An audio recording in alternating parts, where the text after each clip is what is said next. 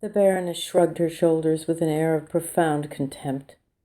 "My God!" exclaimed Debray. "Unless I'm mistaken, I see your horses harnessed to the Count's carriage." "My dappled greys!" cried Madame Danglars. She rushed over to the window. "Yes, they are mine." Danglars was dumbfounded. "Can it be possible?" said the Count, affecting astonishment. Danglars said nothing. He foresaw a disastrous scene in the very near future. Debray, who also felt the storm approaching, left on some invented pretext. Monte Cristo, who did not wish to spoil his advantage by remaining too long on this occasion, bowed to Madame Danglars and withdrew, abandoning the Baron to his wife's anger. "Very good," thought the Count as he left. "I've accomplished my aim. The Danglars domestic peace is now in my hands, and I'm about to win the gratitude of both the Baron and the Baroness at one stroke." I would have liked to have been introduced to Mademoiselle Eugénie Danglars, but we have ample time ahead of us, and that can wait till later. With this reflection, he climbed into his carriage and returned home. 2 hours later, Madame Danglars received a charming letter from the Count of Monte Cristo, in which he stated that, not wishing to make his entrance into Paris society by distressing a pretty woman, he would be grateful to her if she would take back her horses, which he had sent to her along with the letter. They were wearing the same harness she had seen on them that morning, except that the Count had a diamond inserted into each of the rosettes they wore on their ears. Danglars also received a letter in which the Count asked his permission to satisfy a millionaire's whim, and begged him to excuse the oriental manner in which he had sent back the horses. That evening, Monte Cristo went to his country house at Auteuil, accompanied by Ali. The next afternoon, Ali, summoned by the gong, entered the Count's study. "Ali," said Monte Cristo, "I understand you're very skillful at throwing the lasso. Is that right?" Ali nodded and drew himself up proudly. "Good. Could you stop an ox with a lasso?" Ali nodded. "A tiger?" Another nod. "A lion?" Ali pretended to throw a lasso and imitated a choked roar. "I understand. Have you hunted lions?" Ali nodded proudly. "But could you stop 2 runaway horses?" Ali smiled. "Very well, then. Listen. A short time from now, a carriage will pass by, drawn by 2 runaway dappled gray horses, the same ones I had yesterday. Even at the risk of being trampled, you must stop them in front of my door." Ali went out into the street and traced a line on the pavement in front of the door. Then he came back inside and pointed out the line to the Count, who had been watching him. The Count tapped Ali gently on the shoulder. It was his way of thanking him. The Nubian went outside, sat down in front of the house, and began to smoke his chibouque. Suddenly a distant but rapidly approaching rumble was heard. Then a carriage appeared. The coachman was vainly trying to stop the horses, which were running wildly at tremendous speed. Inside the carriage, a young woman and an 8-year-old boy were clinging to each other, so terror-stricken that they were unable to even utter a cry. A stone under a wheel or a low-hanging tree would have been enough to cause the carriage to be smashed. Ali suddenly set down his chibouque, drew a lasso from his pocket, threw it, caught the front legs of the left-hand horse, and let himself be dragged along for 3 or 4 steps. But as the end of those 3 or 4 steps came, the horse fell, preventing the other horse from continuing its wild race. The coachman leaped down from his seat, but Ali had already seized the second horse by the nostrils. In an iron grip, and neighing in pain, it sank down beside its companion. All this was done in the time it takes for a bullet to hit its mark. It was nevertheless long enough for a man to dart out of the house in front of which the accident occurred, followed by several of his servants. As soon as the coachman opened the door of the carriage, this man lifted out the lady, who was clutching a pillow with one hand and pressing her fainting son to her bosom with the other.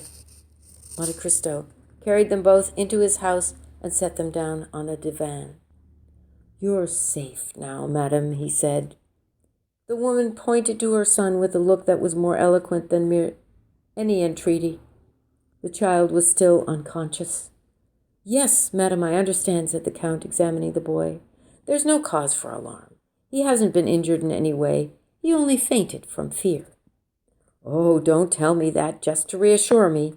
Look how pale he is. My son, my child, my Edouard.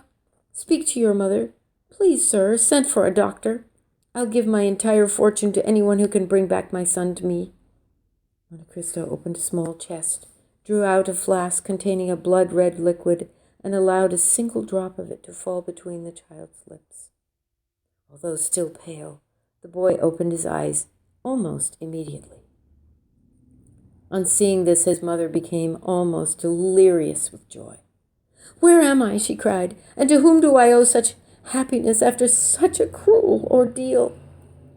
"Madame," said Monte Cristo, "you're in the house of a man who considers himself lucky to have the opportunity of sparing you pain."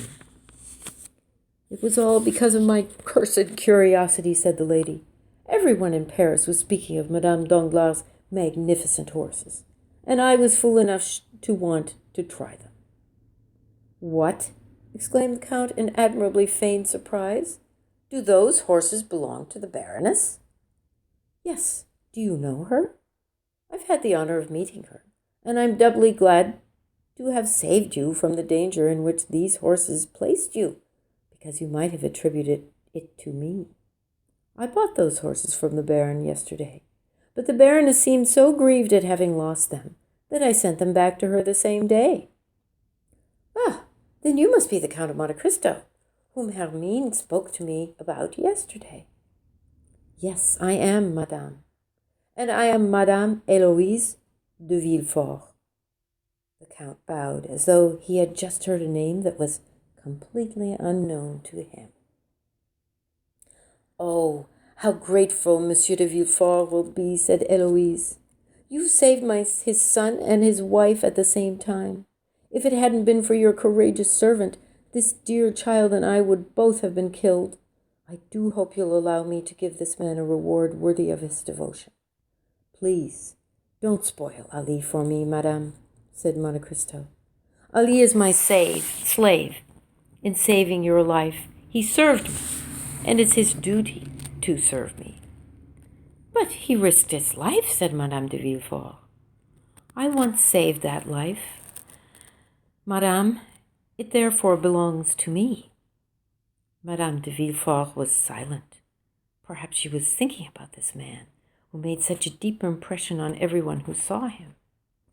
During this moment of silence, Monte Cristo examined the child whose mother was covering him with her kisses.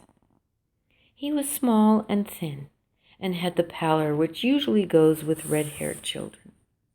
Yet his rounded forehead was covered with a forest of rebellious black hair, which, falling down to his shoulders and framing his face, doubled the vivacity of his eyes, which were full of sly malice and childish wickedness.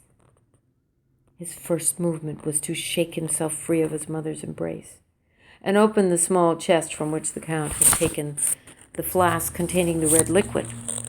With the air of a child who is accustomed to satisfying all his whims, he began to uncork the different bottles without asking anyone's permission. "Don't touch that, my boy," said the count sharply. "Some of those liquids are dangerous, not only to taste, but even to inhale." Madame de Villefort turned pale and pulled her son back to her. When her fear had passed, she cast a short but expressive glance at the chest. "Is this your usual residence, Count?" she asked, standing up. "Oh, no, madame. It's only a sort of pied-à-terre in the country. I live at 30 Avenue des Champs-Élysées. But I see you're completely recovered and ready to go. I'll have those same horses harnessed to my carriage, and Ali will have the honor of driving you home, while your coachman remains here to repair your carriage. When he's finished, I'll have it taken directly to Madame Danglars by a team of my horses." "But I'll be afraid to go with those horses again." "Oh, you'll see, madame," said Monte Cristo. "It's Ali's hands. They'll be as gentle as lambs." Indeed, Ali had just approached the horses, holding a sponge soaked in aromatic vinegar, with which he rubbed their nostrils and wiped away the foam and sweat that covered their foreheads. Then he harnessed them to the count's carriage and climbed up in the seat. To the great astonishment of the onlookers, who had seen the horses running as though carried along by a whirlwind, he was obliged to use the whip on them to get them to start. And even then they went along at such a slow trot that it took nearly 2 hours to reach Madame de Villefort's home in the Faubourg Saint-Honoré. End of chapter 25.